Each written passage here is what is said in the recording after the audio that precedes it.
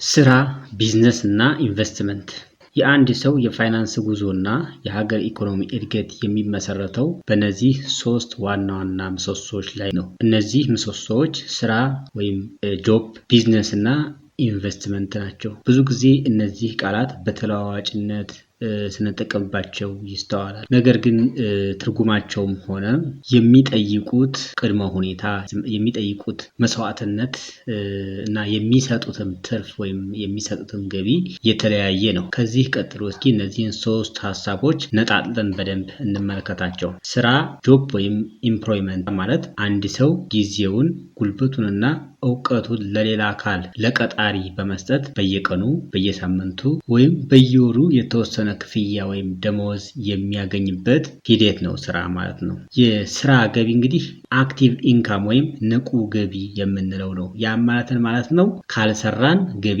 ማግኘት አንችልም። ጊዜን በገንዘብ የመለወጥ ሂደት ነው ማለት ነው። በዋናነት ጊዜያችንን በገንዘብ የምንለውጥበት ሂደት ነው። ጊዜያችን ላይ ሲደመር ጉልበታችን፣ እውቀታችን ተጨምሮ ማለት ነው። ጊዜያችን እስካልሰጠን ድረስ ገቢ አናገኝም። ለዛም ነው አክቲቭ ወይም ደግሞ ንቁ ገቢ የተባለው። እንግዲህ ከስራ ወይም ከቅጥር የምናገኛቸው ጥቅሞች አሉ። አንደኛ የተረጋጋና አስተማማኝ የወር ገቢ ይኖረናል። ሁለተኛ ስጋታችን ወይም ደግሞ ሪስኩ በጣም አነስተኛ ነው። ተቋሙ ኪሳራ ውስጥ ቢገባም የሰራተኛ ደሞዝ የመክፈል እድሉ ከፍተኛ ነው ማለት ነው። ገደቦች አሉት። ገደቦቹ ምን ናቸው የሚለውን ስንመለከት አንደኛ የገቢ ጣሪያ ያለው በደሞዝ ስኬል የተገደበ ነው የምናገኘው ገቢ። ምንም ብንሰራ ብንፈራገጥም ከስኬሉ በላይ ሊከፈለን አይችልም ማለት ነው። አብዛኛውን በጣም ጥሩ ሰርተን በጣም ብዙ ገቢ ብናስገኝም ነገር ግን እኛ በስኬላችን መሰረት ይከፈለናል። ሌላው ግን ለድርጅቱ ወይም ለቀጣሪያችን ነው እንጂ የሚሆነው ያስገኘነው ገቢ ወደኛ አይመጣም ማለት ነው። ሁለተኛ የጊዜ ነፃነት የለውም። ቀጣሪው በሚወስነው ሰዓት የመገኘት፣ ቀጣሪው የሰጠንን ኃላፊነት የመወጣት፣ ቀጣሪው የሰጠንን ስራ የመስራት ኃላፊነት ስላለብን የጊዜ ነፃነት የለውም ማለት ነው። ወደ ሁለተኛው ጉዳይ ስናልፍ ቢዝነስ ወይም የንግድ ስራ ነው ወይም ኢንተርፕረነርሺፕ ልንለው እንችላለን። ኢንተርፕረነሮች ናቸው ቢዝነስን የሚፈጥሩት ማለት ነው። እንግዲህ ቢዝነስ ማለት በአንድ ማህበረሰብ ውስጥ ያለን አንድን ችግር ወይም ብዙ ችግሮችንም ሊሆን ይችላል ለመፍታት የሚያስችል ምርት ወይም አገልግሎት የማቅረብ ወይም የማምረት ስራ ነው። ይሄ ሲሰራ እንግዲህ የራሱን የቻለ ስርዓት ወይም የሲስተም ዘርግተን ትርፍ ለማግኘት የምናደርገውን ጥረት ነው የሚያሳየን ቢዝነስ የሚለው ኮንሰፕት ማለት ነው። ቢዝነስ የምንለው ጽንሰ ሀሳብ ከቢዝነስ የምናገኘው የገቢ አይነት የንግድ ትርፍ ወይም ፕሮፊት የምንለው ነው።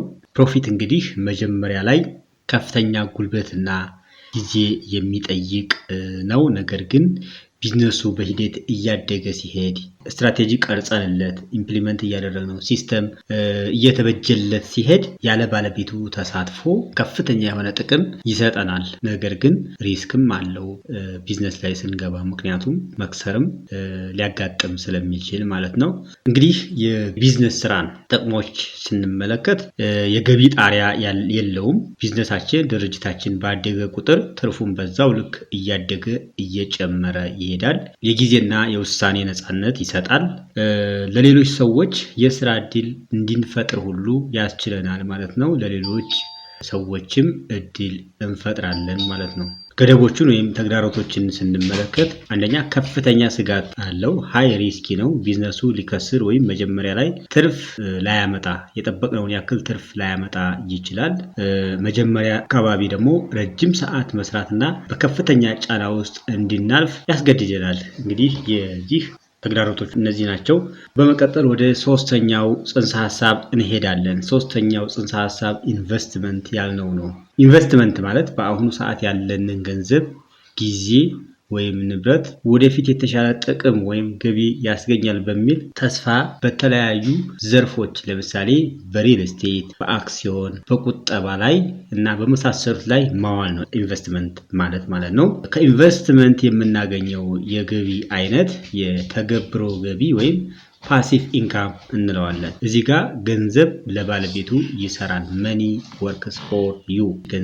ገንዘብሽ ለአንተ ወይም ለአንቺ ሲሰራልሽ ማለት ነው፣ አንቺን ወክሎ እንጂ ባለቤቱ ለገንዘብ የሚሰራበት ሁኔታ የለም። እንግዲህ የኢንቨስትመንት የራሱ የሆነ ጥቅሞች አሉት። አንደኛ የፋይናንስ ነፃነት ወይም ፋይናንሻል ፍሪደምን ለማረጋገጥ ያስችለናል፣ ወይም ወደ ፋይናንሻል ፍሪደም የሚወስድን መንገድ ነው ማለት ነው ኢንቨስትመንት። ሁለተኛ የገንዘብ የመግዛት አቅም በዋጋ ንረት ወይም ኢንፍሌሽን እንዳይበላሽም በተወሰነ ደረጃ ይከላከልልናል። ምክንያቱም ኢንቨስት ያደረግነው ገንዘብ የሚያመነጭ ቁስ ላይ ስለሆነ ምንጊዜም ቢሆን ገንዘብ ማመንጨቱ ስለማይቀር ኢንፍሌሽን የሚያመጣውን ተጽዕኖ በዚህ መንገድ ይከላከልልናል ማለት ነው። የራሱ የሆኑ ገደቦች ወይም ተግዳሮቶች አሉ። አንደኛ የገበያ መውረድና መውጣት ስጋት አለበት፣ ማርኬት ሪስክ አለበት በተወሰነ ደረጃ ማለት ነው። ሁለተኛ ጥልቅ እውቀትና ትዕግስት ይጠይቃል። በአንድ ጀንበር ሀብታም የሚያደርገን ስልት አይደለም ኢንቨስትመንት። ስለዚህ እነዚህ ሁለቱ ነገሮች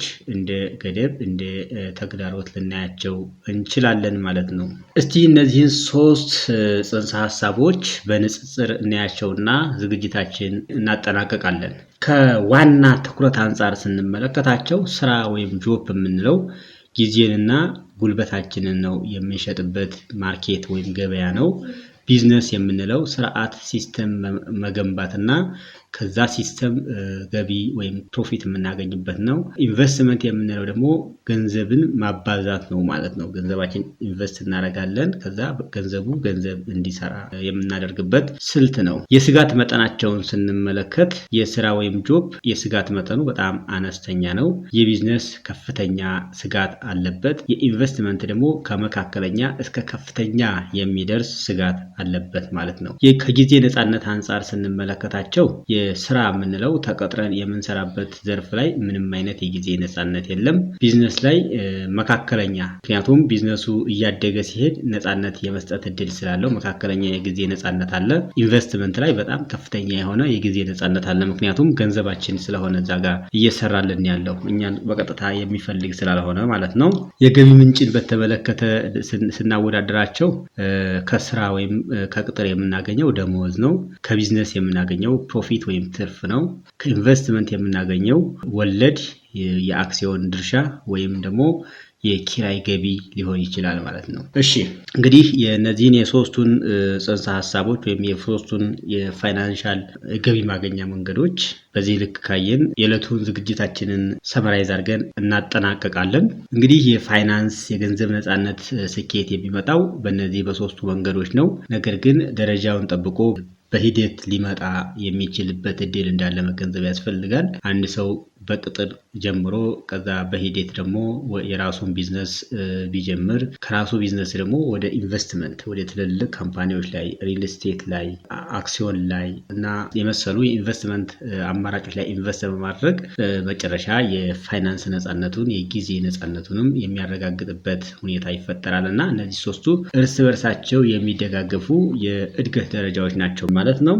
እንግዲህ በቀጣይ በሌላ ዝግጅት ተመልሰን እንመጣለን። ምናልባት እነዚህን ሶስቱንም የገቢ ማግኛ አማራጮች በዝርዝር የምናይበት ፕሮግራም ልናዘጋጅ እንችላለን። በዝርዝር እንድታይ የምትፈልጉ ከሆነ ኮሜንት ላይ ግለጹልን። እነዚህን ሶስቱን ሞር በደንብ በዝርዝር ራሳቸውን አስችለን ቪዲዮ እንዲሰራላችሁ ከፈለጋችሁ ኮሜንት ላይ ማሳወቅ ትችላላችሁ ማለት ነው። በተረፈ የዛሬውን ዝግጅታችን እዚህ ላይ አጠናቀናል። እዚህ ቻናል አዲስ የሆናችሁ ሰብስክራይብ አድርጋችሁ የቤተሰቡ አባል ሆኑ። ሀሳብ፣ አስተያየት፣ ጥያቄ ካላችሁ ኮሜንት ላይ ጻፉልን። እንዲሁም ይህ ዝግጅት ለብዙዎች እንዲዳረስ ላይክ እና ሼር ማድረጋችሁን እንዳትዘነጉ ማለት እንወዳለን። በተረፈ በሌላ ዝግጅት በድጋሚ እስከምንገናኝ ድረስ ሁላችሁም በያላችሁበት ሰላም ሁኑ። እናመሰግናለን።